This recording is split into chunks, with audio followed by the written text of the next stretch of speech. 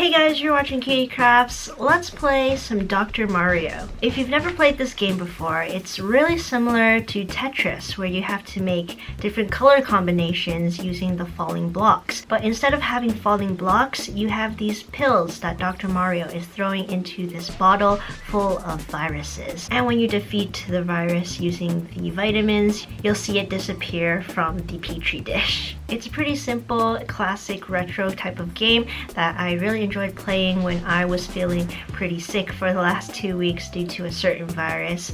And I really like the characters in Dr. Mario. They're really cute and make great fuse bead sprites. So let's get started, and these are the colors I'm using. They're Art Cal C mini beads.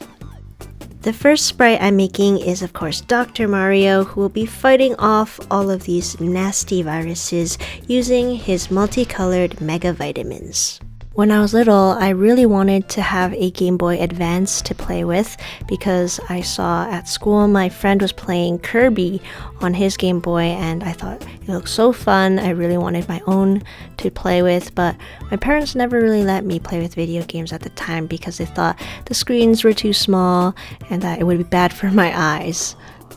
I think I kept bothering my mom about wanting a video game console, so eventually when the Nintendo DS came out, she surprised me with one of those, and it had a Mario Kart DS game that came with it. Mario Kart was the first ever video game that I played on my Nintendo DS and the first Mario franchise game that I knew about, and this came out in 2005, so that was quite a long time ago. In comparison, Dr. Mario came out in 1990, which was 8 years before I was born, so this is probably more well known to 90s kids. Since I only played Mario Kart, which is just a racing game and doesn't really give you much backstory of the characters, I didn't know that Mario was a plumber until I watched this absolutely horrifying movie from the 90s called Super Mario Brothers. If you search up images from that movie, you'll understand why it gave me nightmares as a child. Even though this was the first time I ever played Dr. Mario and I didn't really grow up knowing about this game, I somehow knew for a long time that there was a Dr. Mario character. And I think that's probably because I have an amiibo of Dr. Mario. I just didn't know why there was a Dr. Mario. How did he become a doctor after being a plumber for so long? How did he switch occupations?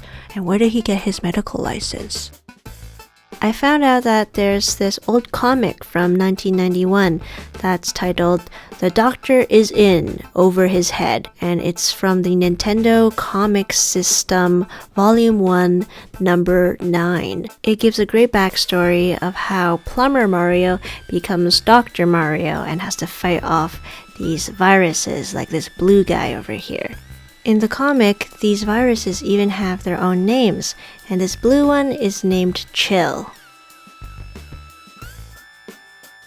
I'm using some scotch tape to get the beads off of the board to prepare for ironing. We'll save this guy for later.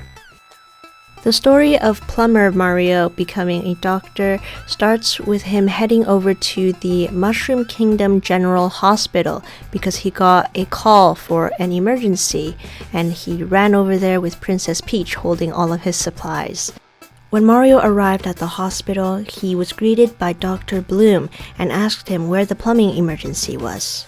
Dr. Bloom was a bit confused and said, "There's no plumbing emergency. I saw your ad and it said that you deal with all sorts of emergencies." And his emergency was that he needed another doctor. Mario explained that that ad was for plumbing emergencies, not medical ones, but he was still willing to help Dr. Bloom with his emergency. And just like that, Mario skipped 4 years of undergrad, many years of med school, and became Dr. Mario. Dr. Bloom explained to Dr. Mario that he discovered these viruses that have been multiplying very quickly, and he was concerned for the people of Mushroom Land. This red one is called Fever. Dr. Bloom had been examining some of these viruses underneath a huge microscope. There was a red, blue, and yellow one in a petri dish.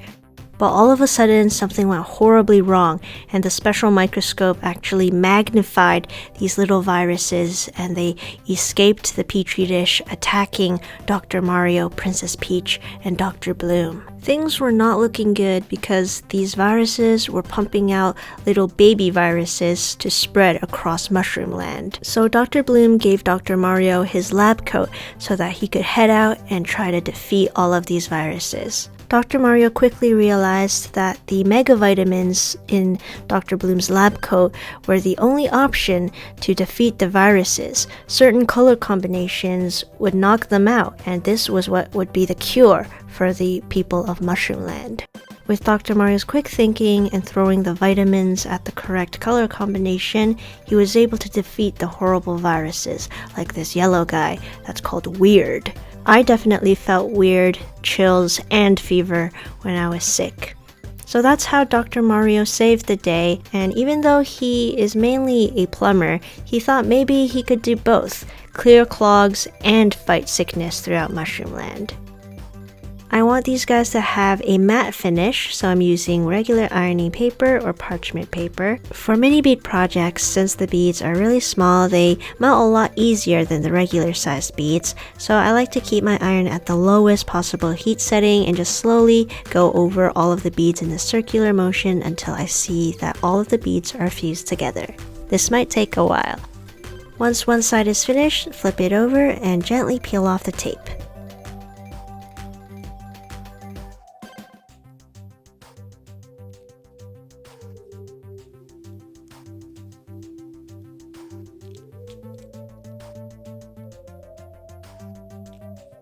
Cover the other side with another piece of parchment paper, and then we'll continue ironing until all the beads are fused on the other side.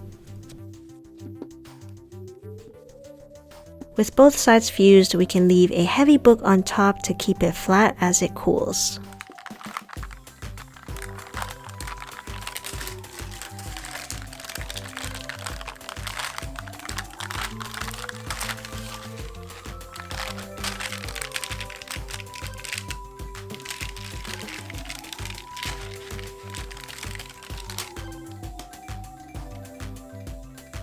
Thank you guys so much for watching. That's how you make some mini bead sprites from the Dr. Mario game.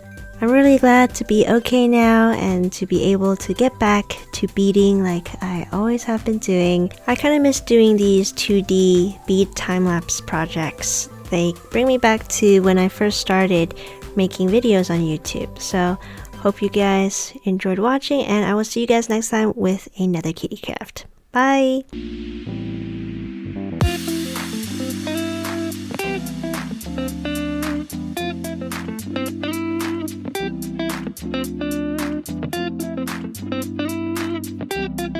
Thank you.